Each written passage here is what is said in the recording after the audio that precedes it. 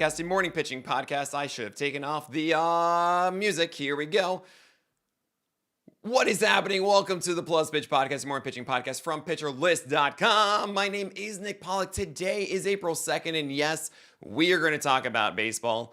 I also want to mention these podcasts, I know they've been coming out around like 10:30 or really like noon or so. That is going to change soon. You're going to be hearing these around 2 a.m.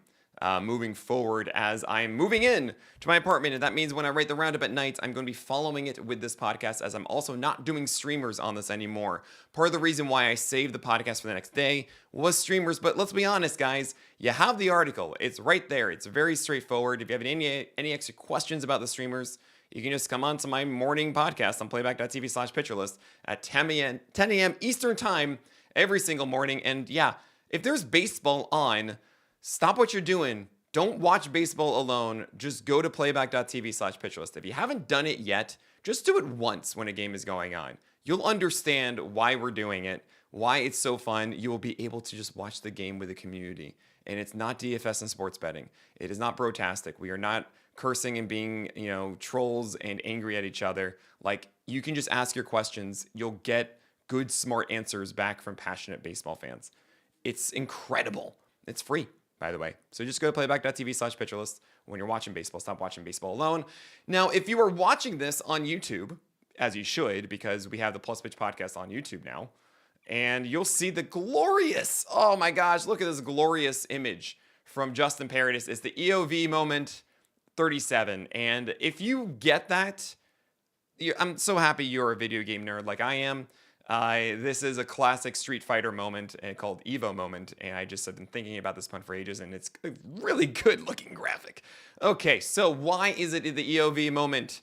Because he threw a complete game shutout. The first of the year, we've seen Eovaldi do this in the past, and if you guys remember, we were all like really into Eovaldi in the spring before, and then we kind of settled away from it. Eovaldi is looking really good for the most part.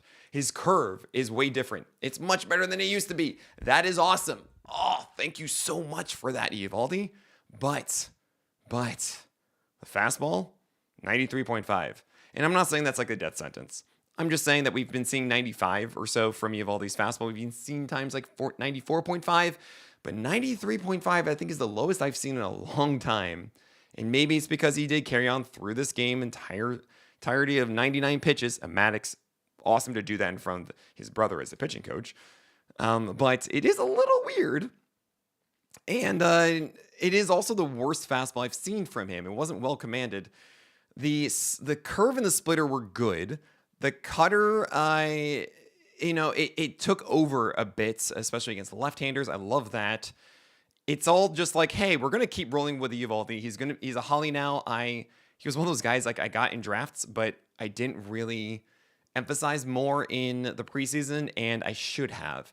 I really regret. I mean, so often this happens. I regret that I didn't push Eovaldi into that Seth Lugo tier and put him around like 40, 41, above the likes of like Jackson Jobe and Gavin Williams, etc. I think I had a little fear that Eovaldi was degrading and was going to continue to do it, but it's pretty obvious that he isn't if that fastball velocity doesn't stay at 93. Okay? The new curve is great and everything is cool. All right, so looking forward to everyone else from yesterday's games. We have Shane Baz, who looked so good. Oh my gosh, the velocity, that has been weird, and I don't know, is it good, is it bad? 97. He was up a tick and a half. All right, and it was effective here, not in the Trop. I think all the fears we've had about the Rays pitchers going into George Steinbrenner Field, at least for now, not a problem. Maybe when it does get more humid out in Florida as the summer continues and there are rainouts, maybe we'll get it. But in the meantime, that curveball that we saw that we got so excited about last year from Shane Baz, yeah, it's great. I mean, it's great. So it's still really good. We love that. 53% CSW. The slider just had a 47% strike rate, and I wish I had a little bit better feel for it. But the fact that the four-seamer is doing well, the curveball is doing well, and had some decent changeups, but like most of them were just floated up to lefties. Just get that thing down. Just get that down and everything's solved. But yeah, this was much better, Baz. I'm not in love with this because I don't think the four-seamer at 97 is going to stay at 97. It's probably going to settle down to 95.5 or 96. And it's not the destroyer of worlds that it used to be. Well, really, the slider used to be the destroyer of worlds, but that was sticky stuff. So little things about that.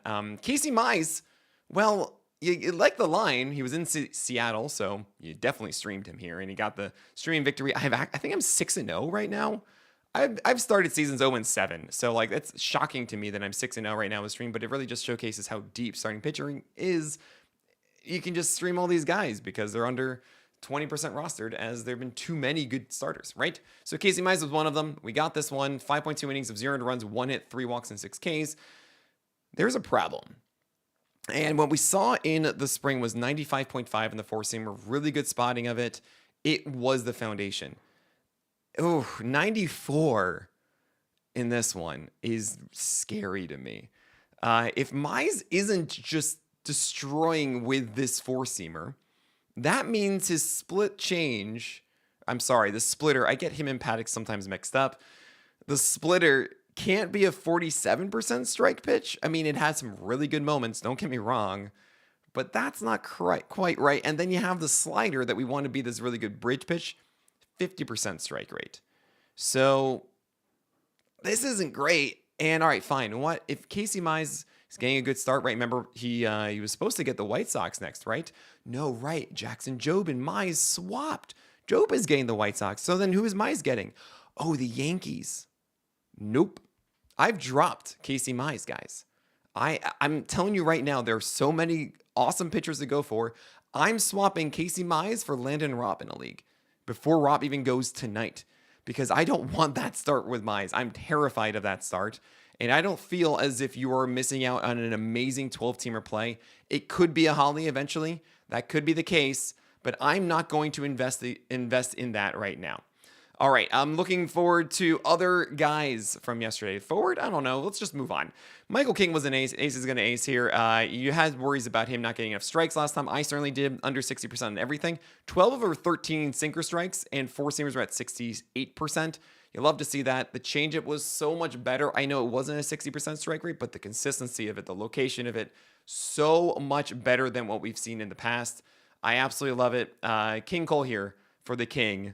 40% CSW. The King Cole with his crown. All right. Chad Patrick. You don't know this guy. Well, the thing is, it's two first names. So you're innately like, absolutely not, right? Of course, I get it. But Chad Patrick, 4.2 innings, 0 runs, 3 hits, 3 walks, 5 Ks, as Milwaukee finally something broke their way with these pitchers that they've been throwing. I just don't like them, though. 93, 94 fastballs and 88 mile per hour cutter, and that's really it. It's like Valente Biazzo, but we're like slightly harder throwing, but like it's not enough. You know, I'm not in on Chad Patrick here. I think I need to see more of him actually dominating before I would do anything. Dustin May showed up, 5 innings, 81 pitches. He wasn't as efficient as we want him to be, and that's okay. You're figuring this out. Four-seamers are upstairs to get strikeouts. He's getting whiffs, 4 for 20 whiffs on it. I love this. That's a 20% swing strike rate. Beautiful, Dustin May. And then he's going to come into his sweeper a bit more. He's going to be a little more accurate with it, I think, over time. It's a case where I don't think that Dustin May will be his 6-inning potential until, what do you know? It's going to be May. That is so cringeworthy, and I'm so sorry. But look, Dustin May has these amazing sinkers inside. He has a four-seamer to go upstairs. He has this good sweeper. He only threw, I think, 2 cutters, and I think that will expand over time. That sweeper will get more consistent over time as well. We have not seen a season with Dustin May throwing more than 10 starts. So keep that in mind. When it comes to pitchers throughout a season, they just need to get into rhythm a lot. They are capable of hitting their spots. But just think about it with any craft. If you're a guitarist, if you practice every day, you'll be a lot better than you practice for a month, you stop playing, and you come back and you practice for a month. You got to keep going at it, and I think you're going to see that from Dustin May over time. Chris Sale had a scary thing go on in this game. I'm going to tell you what that is after this break. Chris Sale, 5 innings, 300 runs, 4 hits, 0 walks, 5 Ks. He had a careful Icarus as he went 5 shutout, and then he allowed a single, a home run, a single, got pulled from the game. Of course, that runner came around to score, duh. But Chris Sale was like 92, 91, and then he went up to 95, 96, but you would see these spikes down. I wonder if they were just bad changeups. Maybe he was trying something else that Savant isn't picking up correctly. It was weird, but I think we don't consider it for now. I think right now we just see those as weird anomalies and realize that no, he's like 94 to 96, really. And that's that. We have Logan Webb against the Astros with the win, 7 innings of 1 earned run. You love to see it. It is still really weird to see him throw so few changeups, only 14% usage. They were a lot of right-handers, so he's trying not to throw changeups against righties these days. Still, I mean, so many sweepers. He threw more sweepers to lefties than he did changeups. Whatever, it works. He has a cutter now, the four-seamer and sinker. I love these sinker ballers featuring their four-seamer rarely. That is just different movement and then surprises guys because they're underneath the bat because of it. I love that. So good stuff there from Logan Webb. Carson Spires got the gold star. 6 innings, 1 earned run, 3 hits, 2 walks, and 5 Ks. The gold star goes to, of course, a guy who didn't do well. Or sorry, we don't expect to do well and all of a sudden had that good start. We didn't expect 6 innings here from Spires here. He's a werewolf, and we don't even know if he's going to be a beast again, because is he going to be around when the next full moon appears? That's another pitcherless term. I'm so sorry. But yeah, Carson Spires, nice command, I guess. Like, had it good enough to give him a moment for success, and the Rangers did not take advantage of the worst stuff that they normally see. Kyle Hendricks, guess the 6 innings, 2 earned runs. Beautiful. The Cardinals are not a good offense. He threw a ton of changeups, like 79 and 80 miles per hour. He's a rare streamer. All right. That's it. I actually have him in Guillotine League, and I feel very proud of this. I just need to brag. Okay. Jose Barrios, look, he's a great undulator. We knew that he wasn't always going to be the same guy from last week. I dropped him on the list because, like, yeah, he's going to do this, and I just don't want to deal with it. And look, 5.2 innings of 200 runs to a Philly. He'll take the ERA, but 7 base runners. I mean, 8 strikeouts, though. 8 strikeouts, no win. It's nice to see it. It is weird to see the curve not do that well, 55% strike rate, and still have this success. I don't know. I just don't want to deal with Barrios in a 12-teamer. 15-teamer, you got to hold on to him and all that kind of stuff. Fine. Shane Smith. Oh, boy. I watched this one. 5.2 innings of 200 runs, 2 hits, 4 walks, and 3 Ks. And if you watch on our YouTube channel, the Pitcherless YouTube channel today, you will see my video breakdown of Shane Smith, because I think there is legitimate potential in this moving forward. I was wondering if he was going to be able to sit around 96 the entire game. And there is concern that he's not stretched out yet. He threw about 73 pitches in this. He threw exactly 73, but he was around 60 pitches. And I saw him at like 93, 94, as opposed to like the 96 that we normally have been seeing from Shane Smith. They've been pushing it slightly from there. And he has this bridge pitch, this slider, that I can't believe had a 46% strike rate. Watching it, it was really good. There were some obvious mistakes with it, and they were very competitive otherwise. Like, I'd say it's a higher competitive rate than I normally see from a slider, especially one at a 46% strike rate. But the overall package is great, especially this changeup at 91, 92 that fell to 88 later on. But if you do yourself one favor, watch that video breakdown, because I'm going to show you that first inning, including one of the most filthy changeups you will ever see. I'm not kidding. This is absolutely disgusting. Righty on righty. Shane Smith has that potential.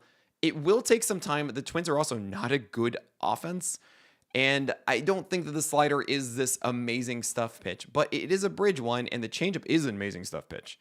So changeup, slider, four-seamer, doing the triangle, right? Or as Fast would call it, the Imperial shuttle of four-seamers stay up. Then you have sliders down in glove side and changeups down in arm side. That is good potential for Shane Smith. He's not going to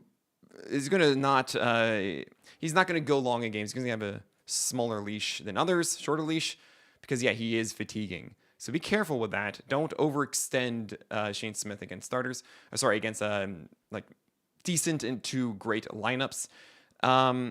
Do you know about Sandy Alcantara, guys? Because 5 innings, 2 earned runs, 3 hits, 0 walks, and 4 strikeouts. We'll take that. But do you know about his 96 mile per hour velocity? That in the post game he said he was actually trying to go harder. That wasn't him holding back. So that's a little concerning. He did fall a little bit down to like 92, 93 almost at times by the end. And that's not the Sandy Alcantara we know. I'm sure we're going to get more information about what it is exactly. Is it Is it his elbow? Is it his shoulder? I don't know. And the whole thing about like the Marlins don't care, we're just going to throw him, he's a beast, blah, blah, blah. Cool. Are we already seeing the ramifications of this? I hope not. And if I'm the Marlins, I'm going to say, look, we got to protect this dude because he's supposed to be off our team by July 1st. So I'm a little concerned. I also wonder that the curveball that showed up, it was around 86 miles per hour. Is that really the curveball or is it just the slower slider? Because it is 0-0 movement. Like that's what we normally see for sliders. And I think it's just a misclassified. I think it's the same pitch. It's just slower. But it looked great. I think batters did not expect it. I think it's a little different, exaggerated movement, slightly more than slider. But I think it's just because it's a different velocity. So I think the 50% strike rate should go up on that over time. But yeah, I'm a little concerned about Alcantara. He's saying he needs more time to recover than before, which might just be a product of being older. But yeah, that's something to really pay attention to with Sandy Alcantara. We're not out of the woods here. Kodai Senga, on one hand, went 94-95, not like 96 plus with the four-seamer. However, it was 5 innings, 2 earned runs, 3 hits, 1 walk, 8 strikeouts. Because Kodai Senga is embracing the breadth. And that's with the D. Because it's not just the bridge cutter anymore. It's not. He also has 15 sweepers and sliders to go along with the cutter. He's got 3 bands of that slider, essentially. That's so good. It kept the four-seamer under 30% usage. Yes! That's how it should be done. Oh, I love that. If you remember Tanaka, who also had an amazing splitter, like, you think about the guys with amazing splitters, Gosman is a weird one. But like Tanaka, how he did it was he threw 30% or lower or fewer fastballs. Kenta Maeda did this, slider and splitters. And I want Senga to do that, and it's clearly successful to do that. I know it's against the Marlins, but that's a very good thing. So that's cool. We're going to keep going with this. I hope he ramps up further than 94-95. The splitter, of course, that goes fork was great. Will Warren, I mean, I'm glad he did well against the Diamondbacks. 5 innings of 200 runs, 1 hit, 4 walks, and 4 strikeouts. The sweeper has negative 17 horizontal. So just think 17 inches one way towards the glove, and then plus 20 inches horizontal on the sinker. That's, of course, quick math. So you're 37 inches or 3 feet different movement from where the sinker lands and where the sweeper lands from the same arm slot. That's pretty cool. That's the thing that is like working against righties. I don't like his approach to lefties. I don't think the changeups are enough, and the four-seamer, I think he's a Toby at best here, Will Warren, especially right now. He had 4 walks here as well.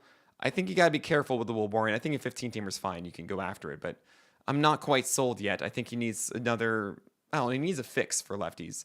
The changeup could be it over time.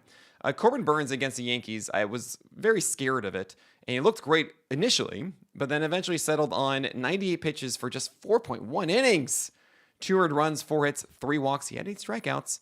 And that's because the cutter was located low. He went over 60% cutters, but it wasn't with the break we're used to. We saw 7 inches, 7 to 9 is what we want to see the cutter. When it goes higher than that, it's bad.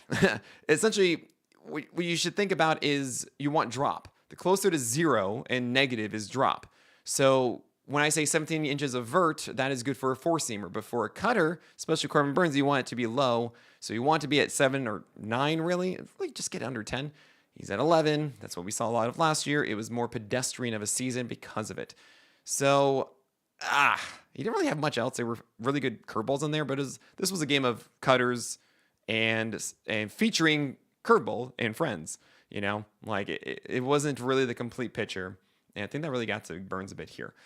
I'm curious to see how this develops. It is a good defense behind him. He should be fine and everything, but maybe he's just a Holly and not really an ace for your teams. You have Simeon Woods Richardson, 4 innings of 200 runs, 5 hits, 1 walk, 5 Ks. It's fine, I guess. It's just 4 innings. And because the White Sox, you need 82 pitches for this. He's down to 91-92, so no more 94-95. He is getting 20 inches of vert, but that's because of the extreme arm angle a bit, and I just don't want to do it.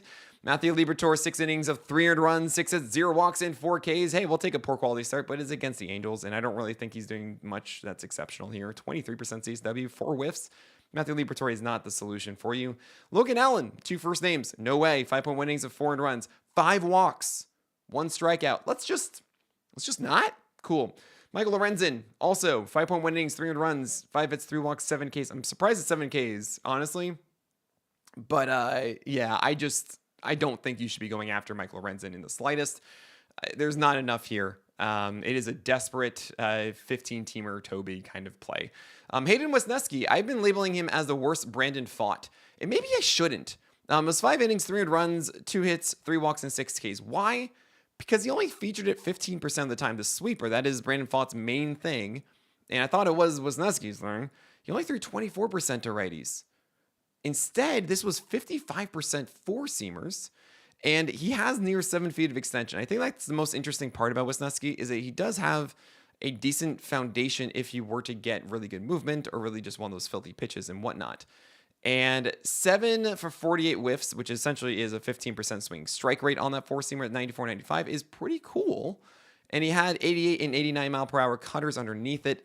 It wasn't perfect. It wasn't like, oh, that's a great cutter and oh my gosh, amazing four-seamer. Like he really sat in the middle of the zone a lot here. I don't think the command is all that great. It should be better than like your normal volatile guys, but it's not like a precise pitcher to me.